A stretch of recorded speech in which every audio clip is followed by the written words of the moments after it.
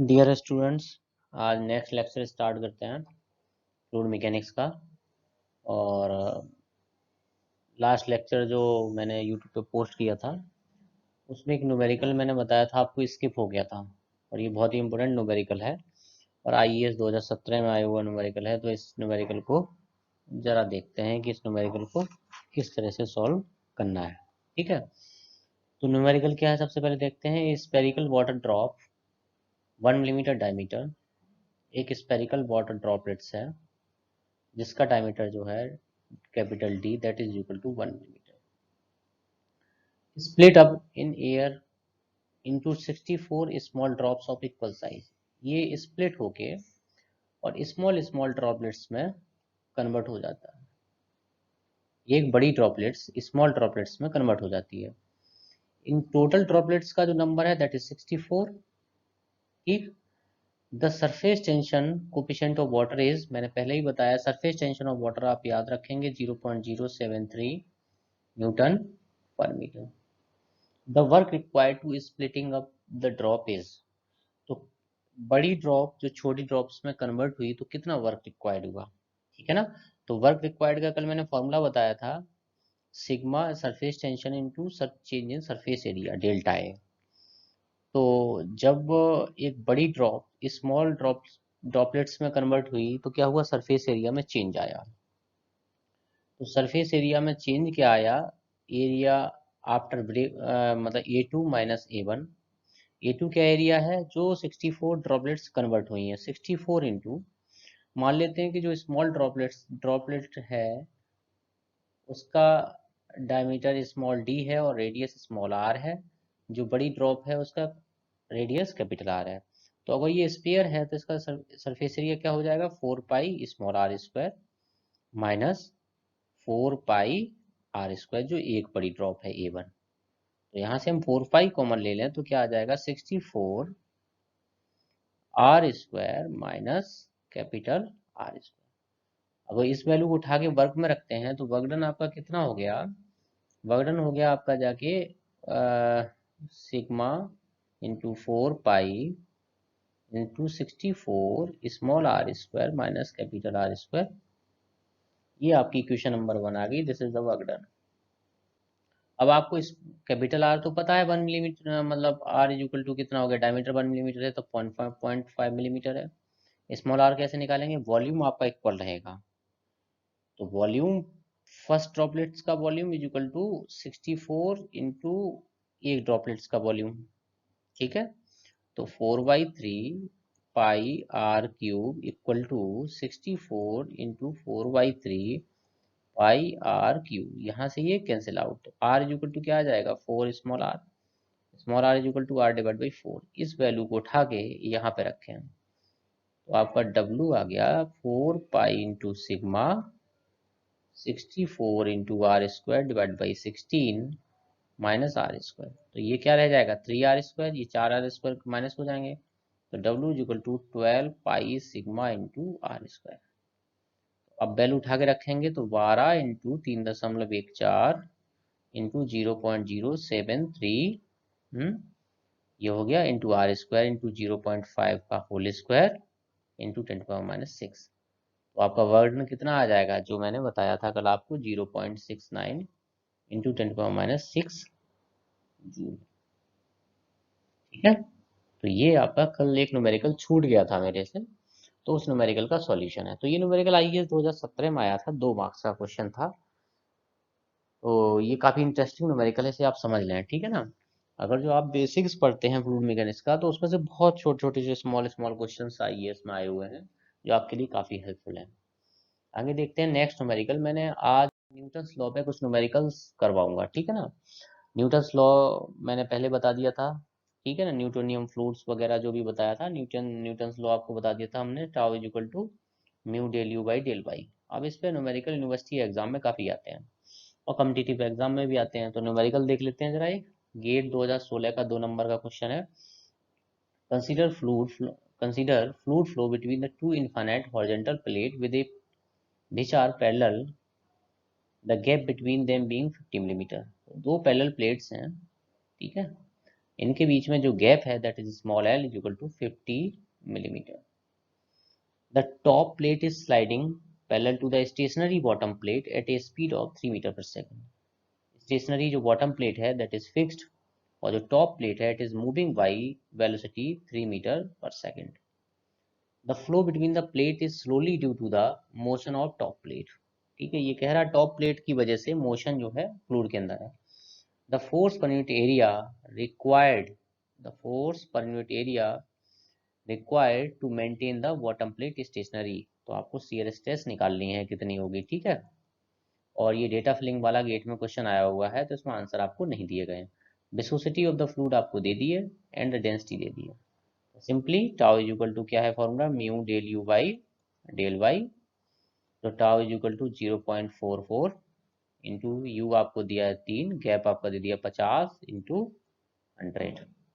तो tau is equal to कितना बचा 0.44 इंटू 6। और बिना कैलकुलेटर से आप थोड़ा बहुत सॉल्व करने की कोशिश करेंगे। आईएएस में के एग्जाम में ऑब्जेक्टिव में कैलकुलेटर अलाउ नहीं होता, ठीक है ना। तो बिना उसके करेंगे तभी ठीक रहेगा। तो यहाँ से जो CSS I that is 2.64 Newton per metre square. तो आप देख सकते हैं कितना सिंपल गेट 2016 में क्वेश्चन आया था और डिफिकल्ट नहीं है, सिंपल आपको फॉर्मूला याद है आप क्वेश्चन निकाल सकते हैं। तो इसलिए फ्लूइड मैकेनिक्स बहुत ही इंपॉर्टेंट सब्जेक्ट है और आप इस सब्जेक्ट पे कंसंट्रेट करें, प्रॉपर नोट्स बनाएं और देखें कि इस टॉपिक से कोई ना कोई क्वेश्चन आपको जरूर मिलेगा, इसलिए आप इसे सॉल्व करते चलें। ओके, नेक्स्ट क्वेश्चन देखते हैं। Two large plane surface are 2.4 centimetre apart. ठीक,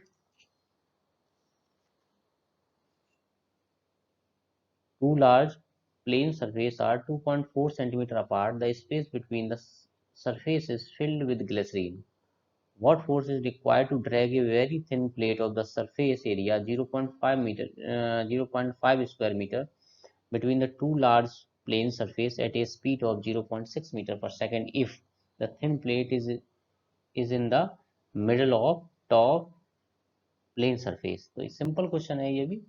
ये कह रहा है कि दो प्लेट्स हैं, इनके बीच में कोई ये दो लार्ज प्लेन सरफेस है, इनके बीच में कोई थिन प्लेट है, बहुत ही थिन, जिसकी मतलब विड्थ निगलेक्टेड है। ठीक, ये रखी हुई है। अगर जस्ट मिडिल में रखी हुई है तो इसकी थिकनेस तो निगलेक्ट कर दी है, तो इन्होंने बताया कि इन दोनों के बीच में जो गैप है that is equal to 2.4 centimetre. तो यहाँ से यहाँ तक जो गैप हो गया 1.2 सेंटीमीटर हो गया अगर मिडिल में रखी, और यहाँ से यहाँ तक भी 1.2 सेंटीमीटर हो गया। अब आगे क्या कह रहा है, द स्पेस बिटवीन द, ये ग्लिसरीन से भर दिया गया स्पेस। अब ये जो स्पीड है इसकी that is equal to 0.6 metre per second. तो हमें क्या निकालना है, व्हाट फोर्स इज रिक्वायर्ड, हमें निकालना है कितना फोर्स लगेगा अगर एरिया इस प्लेट का एक साइड का 0.5 मीटर स्क्वायर है, इधर भी 0.5 मीटर स्क्वायर और इधर भी जो है 0.5 मीटर स्क्वायर। तो देखें जब आप फोर्स अप्लाई करेंगे इस प्लेट पर और यहाँ पे फ्लूइड भरा हुआ है, तो जब फोर्स इधर अप्लाई करेंगे तो विस्कस फोर्स क्या है, एक रेजिस्टिंग फोर्स है। तो इधर साइड पे एक फोर्स लगेगा F1 मान लिया, और इधर साइड पे भी एक रेजिस्टिंग फोर्स लगेगा F2। ठीक, तो आपका जो टोटल फोर्स होगा that is equal to F1 plus F2। अब F1 क्या होगा आपका म्यू, जो आपका del u by del y into the area. ठीक, plus mu del u by del y into area. अब जो गैप है डेल वाई वो भी सेम है, एरिया भी सेम है, तो टोटल फोर्स क्या हो जाएगा 2 mu d u by d y into area. तो यहाँ से देखो टोटल फोर्स F क्या आएगा, 2 इंटू म्यू की वैल्यू कितनी दी है 8.10 इंटू 10⁻⁻1। डेल यू वेलोसिटी कितनी दी है 0.6 और गैप कितना है 1.2 इंटू 10⁻²। तो यहाँ से आपका जो फोर्स आएगा पहले वाले का that is equal to 40.5 newton. अब आप कैलकुलेट करेंगे तो 40.5 न्यूटन आएगा। सिंपल है, कुछ भी नहीं है क्वेश्चन में। दूसरे में क्या कह रहा है, the thin plate is at a distance of 0.8 centimetre from one of the plane surface, take the dynamic viscosity 8.0 × 10⁻⁻1। तो अब ये कह रहा है कि थोड़ा चेंज कर दिया, मिडिल में नहीं है जो आपकी प्लेट है, उसने कहा कि इन दो प्लेन सरफेस के बीच में है जो आपकी थिन प्लेट है, लेकिन किसी भी एक प्लेट से 0.8 सेंटीमीटर डिस्टेंस पे है। तो टोटल डिस्टेंस कितनी थी 2.4, तो ये होगी 1.6 सेंटीमीटर। तो अब जो फोर्स होगा रेजिस्टिंग फोर्स पे दोबारा F1 F2 ही डेवलप होगा, F1 और F2। ठीक, अब F इक्वल टू क्या होगा, जैसे मैंने पहले बताया F1 प्लस F2, लेकिन यहाँ पे F1 क्या होगा, mu into you divide by, ये गैप अलग है, ये मान लिया L1 है, ये मान लिया गैप L2 है, तो ये आपका हो गया L1। F2 क्या होगा, म्यू इंटू एरिया भी मल्टीप्लाई होगा, u divide by L2 into area. ठीक है, तो टोटल फोर्स क्या हो गया, mu u a divide by L1 plus mu u a divide by L2। F is equal to mu u a divide by 1/L1 plus 1/L2। तो यहाँ से देखो F इज इक्वल टू क्या आ जाएगा, म्यू की वैल्यू कितनी दी थी मैंने, 8.1 इंटू 10⁻1, 0.6 इंटू 0.5, ऐसा ही कुछ था। कितनी दी थी डिस्टेंस, 0.6 इंटू 0.5, और ये गैप दिया है 1 divide by 0.08 into 10⁻2 plus 1 divide by 1.6 into 10⁻2। तो आपका जो फोर्स आएगा दैट इज इक्वल टू यहाँ से 45.56 न्यूटन आ जाएगा। देखो बीच में रखी थी तो फोर्स कम लग रहा था, इधर उधर कर दिया तो फोर्स चेंज हो गया।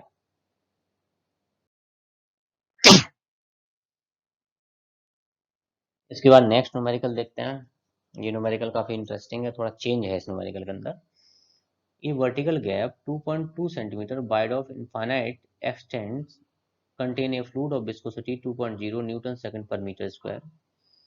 एक वर्टिकल गैप है, दो प्लेट्स हैं, ठीक है, इनके बीच में, दोनों के बीच में गैप कितना है 2.2 सेंटीमीटर, और जो फ्लूइड है इसके अंदर फिल है उसकी विस्कोसिटी क्या है 2.0 न्यूटन सेकंड पर मीटर स्क्वायर, और स्पेसिफिक ग्रेविटी कितनी दी है 0.9। तो पहले मैंने बताया था जब भी स्पेसिफिक ग्रेविटी दी गई हो तो डेंसिटी निकालने के लिए क्या करो 1000 से मल्टीप्लाई कर दो, तो 0.9 इंटू 1000, तो क्या आ जाएगा 900 kg पर मीटर क्यूब।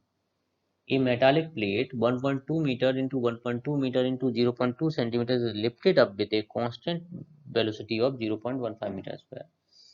तो कोई एक प्लेट है रेक्टेंगुलर जिसकी लेंथ आपकी 1.2 मीटर, विड्थ भी आपकी 1.2 मीटर है, लेकिन थिकनेस कितनी है, जो थिकनेस है that is equal to 0.2 centimetre. अब वो प्लेट इनके बीच में रख दी गई, ठीक, तो हम क्या है साइड व्यू बना रहे हैं, यहाँ से देखो ये प्लेट इसके बीच में रख दी गई और उस प्लेट की थिकनेस आपको दे दी गई 0.2 सेंटीमीटर, और वेलोसिटी आपको दे दी गई जिस वेलोसिटी से ये लिफ्ट हो रही है, ये ऊपर की तरफ किस वेलोसिटी से लिफ्ट हो रही है u इज इक्वल टू कितना है 0.15 metre per second. If the plate is in middle of the gap, find the force required. The weight of the plate is 40 Newton. अब इसमें देखो ब्लेड भी ऐड कर दिया इन्होंने, वेट भी ऐड कर दिया 40 न्यूटन, ये आपका वेट भी है। तो अब आप कितना फोर्स लगेगा, तो एक तो देखो इधर फोर्स लगेगा F1, एक इधर फोर्स लगेगा F2। अब इन दोनों के बीच में गैप कितना बचेगा, ये है 0.2, तो प्लेट का थिकनेस है, तो कितनी बची 2 सेंटीमीटर, यानी 1 सेंटीमीटर इधर और 1 सेंटीमीटर इधर। और यहाँ देखो F1 इक्वल टू क्या होगा F2 होगा, क्योंकि मिडिल में रखा है, तो टोटल फोर्स कितना रखेगा लगेगा F1 plus F2 plus W। इसमें हम बायनेंसी फोर्स को निगलेक्ट कर रहे हैं, ठीक है ना, बायनेंसी फोर्स अगर होता तो ऊपर की तरफ लगता उसे माइनस करते, तो अभी बायनेंसी फोर्स हमने पढ़ाया नहीं, उसकी हम बात नहीं करेंगे। तो क्या हो गया F is equal to 2F1 plus W। अब देखो F1 क्या आएगा, सीएस टेस्ट कितनी होगी mu del u by del y, ठीक है, इंटू एरिया। एरिया कौन सा ये वाला, F1 इज इक्वल टू कितना हो गया 2.0, यू कितना है 0.15, गैप कितना है 1 centimetre, into area 1.2 into 1.2। F1 कितना आया, ठीक है, तो F1 आपका आया, देख सकते हैं यहाँ पे 2 इंटू 0.15 इंटू 1.2 इंटू 1.2 इंटू 100 आ गया 43.2। 43.2 तो total force F equal to कितना हो जाएगा 2 into 43.2 plus weight 40 newton. F equal to कितना आया 126.4 न्यूटन। तो इतना फोर्स आएगा। ठीक है, तो ये न्यूमेरिकल भी आप देख लें, काफी अच्छा न्यूमेरिकल है। ठीक है, इसके बाद एक न्यूमेरिकल और है, वो देखते हैं। Calculate the dynamic viscosity of an oil which is used for lubrication between a square plate of size 0.8 meter into 0.8 meter and an inclined plate with an angle of 30 degree as shown in figure. The weight of the square plate is 300 Newton and slide down the inclined plane with a uniform velocity 0.3 meter per second. The thickness of the oil film is 1.5 millimeter. तो language थोड़ी difficult लग रही है, question मैं बता देता हूँ क्या है। सॉरी,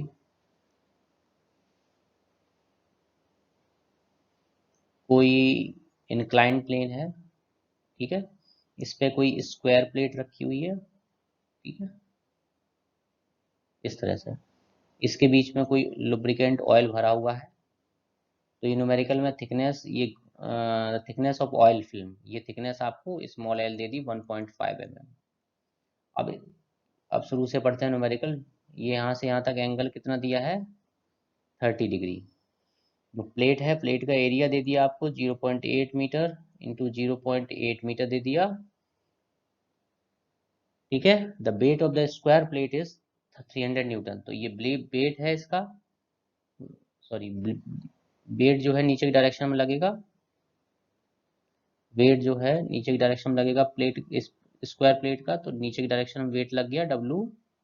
वेट का एक कंपोनेंट इस डायरेक्शन में जाएगा W साइन थीटा, और एक कंपोनेंट इस डायरेक्शन में आएगा W cos थीटा। ये आप लोगों ने मैकेनिक्स में पढ़ा होगा।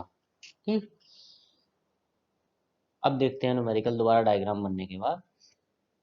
Calculate the dynamic viscosity of an oil. तो सबसे पहले हमें क्या निकालना है, dynamic viscosity mu, which is used for lubrication between a square plate of size 0.8 meter into 0.8 meter and an inclined plane with the angle of 30 degree.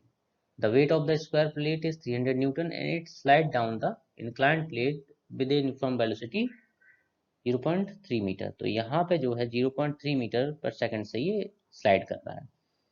Thickness भी दे दी। अब आपको ये निकालना है, तो जब ये नीचे की तरफ स्लाइड करेगा और यहाँ लुब्रिकेंट भरा हुआ है, तो विस्कस फोर्स जो लगेगा वो अपोजिट डायरेक्शन में लगेगा। ठीक है, तो जो विस्कस फोर्स होगा वो जो इंक्लाइन फोर्स लग रहा है उसके इक्वल होगा। तो यहाँ पे देखो W sine theta it is greater then और इक्वल टू F। ठीक है, तो F की वैल्यू कितनी होगी आपकी, mu del U by del y into the area equal to क्या हो गया W साइन थीटा। अब W कितना है 300, साइन थीटा कितना है साइन 30, म्यू की वैल्यू कितनी है निकालनी है हमें। U की वैल्यू 0.3 मीटर, गैप कितना है 1.5 इंटू 10⁻³ ऊपर कर दो, इंटू एरिया 0.8 इंटू 0.8। तो आप म्यू निकाल पाएंगे। तो म्यू की वैल्यू कितनी आएगी देख लो, 300 इंटू साइन 30, ठीक है, 150 हो गया, into 1.5 divide by 0.3 divide by 1000 divide by 0.8 divide by 0.8।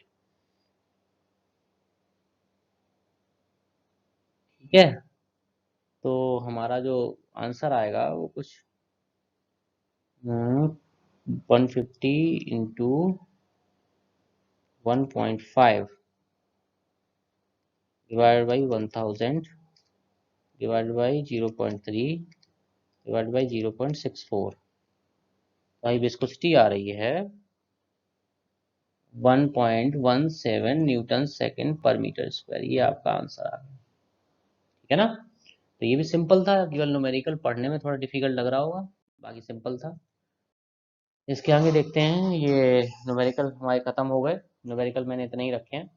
इसके बाद सिलेबस को आगे बढ़ाते हैं। कैपिलरिटी और मिनिस्कस इफेक्ट, ये भी आप लोग पढ़ चुके होंगे, तो देखते हैं। Capillarity is a phenomena by which the liquid rises into thin glass tube or below its general level because of surface tension effect. Okay, surface tension मैंने लास्ट लेक्चर में आपको पढ़ाया था।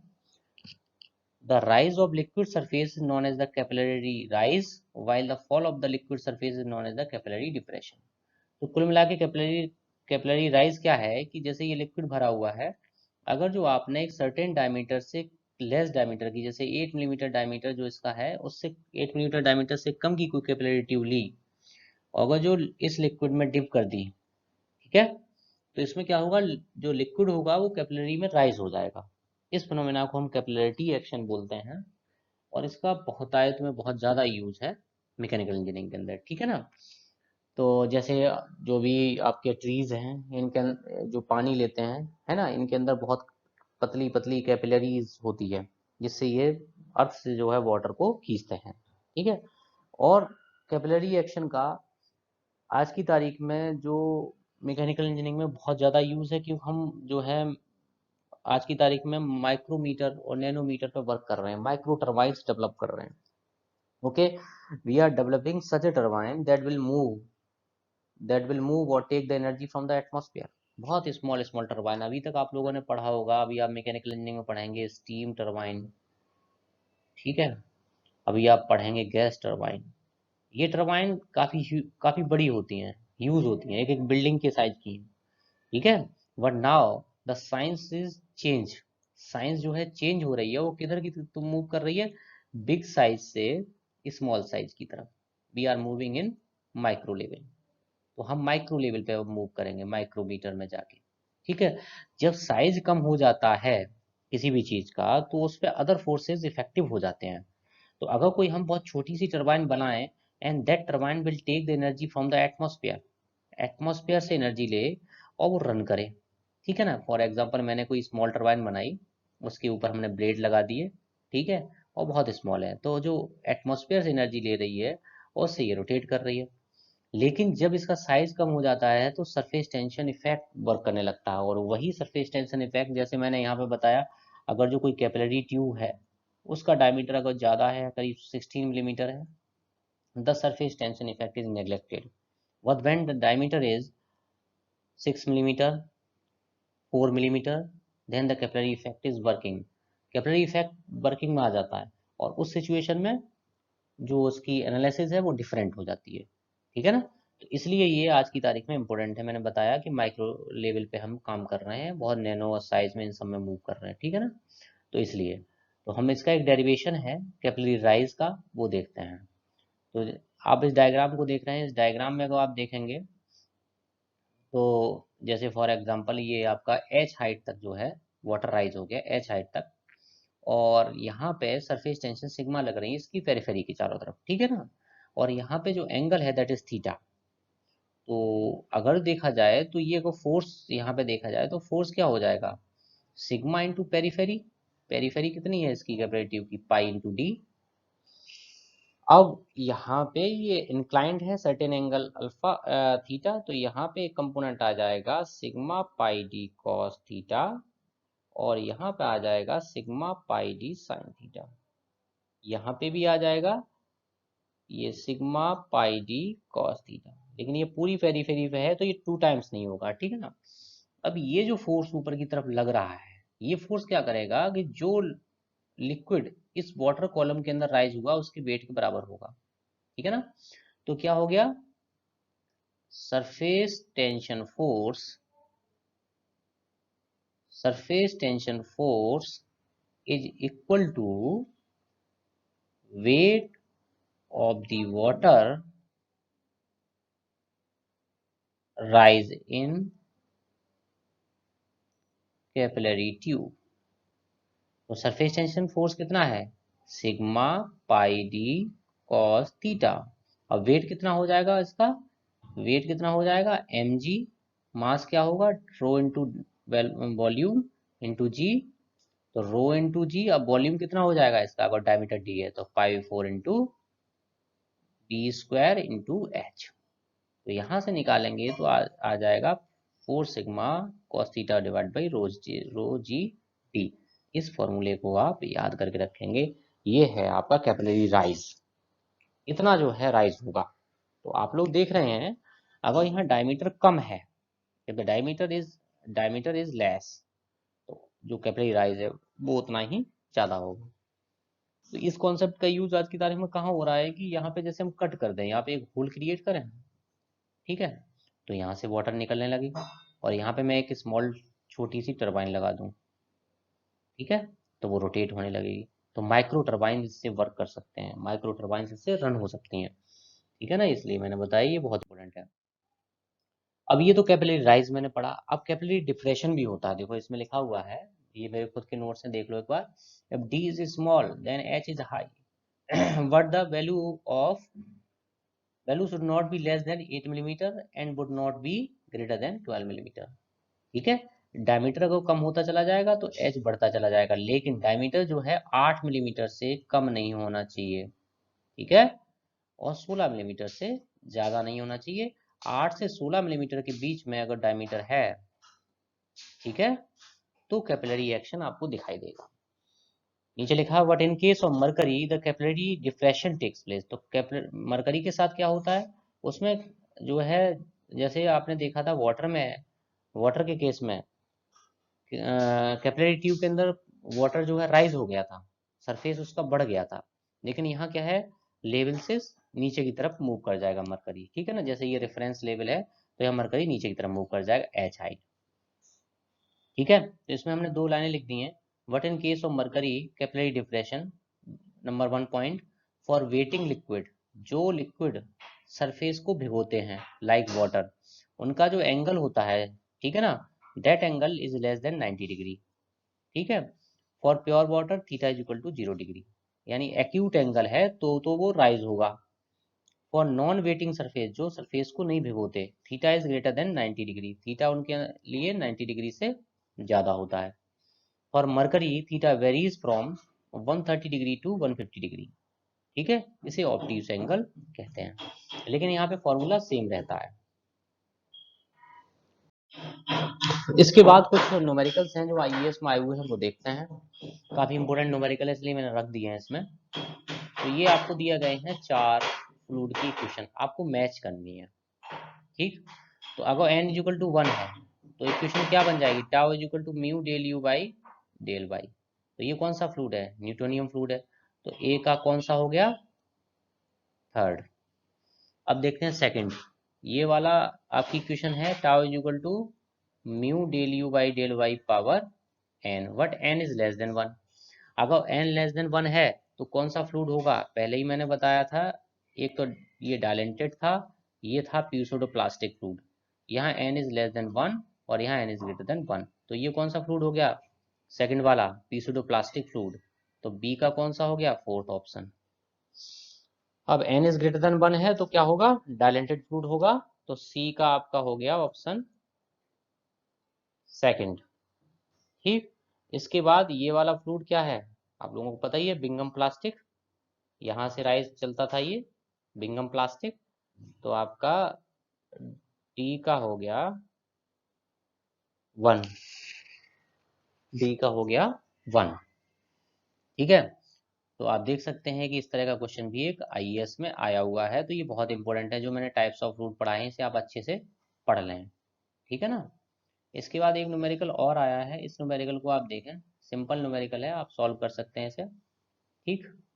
तो देखते हैं numerical, the equation of the velocity distribution, the equation of velocity distribution over a plate is given by, आपको velocity की इक्वेशन दे दी 2y minus y square, where u is the velocity in metre पर second and at a point y metre from the plate measured perpendicular, assume, आपको mu दे दिया 8.6 poise.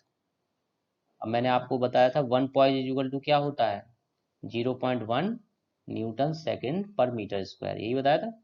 तो mu equal to कितना हो गया, 0.86 newton second per metre square. The shear stress at a point y equal to 0.15 metre, 15 centimetre दे दिया from the boundary. तो हमें शियर स्ट्रेस निकालनी है, तो शियर स्ट्रेस क्या होती है, mu del u by del y, ठीक है। तो आपका u दिया है आपको 2y माइनस बाई स्क्वायर, तो del u by del y क्या हो गया 2 माइनस 2y, तो 2 माइनस 2 इंटू 0.15, तो del u by del y आपका क्या आ गया 2 माइनस 2 इंटू 0.15 1.7 1.7 इसकी यूनिट क्या आएगी पर सेकंड। ठीक, तो सी एस टेस्ट टाउ क्या हो गया, म्यू की वैल्यू कितनी है, म्यू की वैल्यू है 0.86, del u by del y आ गया 1.7, तो आपका सी एस टेस्ट टाउ कितनी आ जाएगी, यहाँ से मल्टीप्लाई करके देख लो 0.86 1.462, सी एस टेस्ट क्या आ गई 1.462 न्यूटन पर मीटर स्क्वायर, तो ऑप्शन कौन सा हो गया बी ऑप्शन। तो ये न्यूमेरिकल है, आप इसे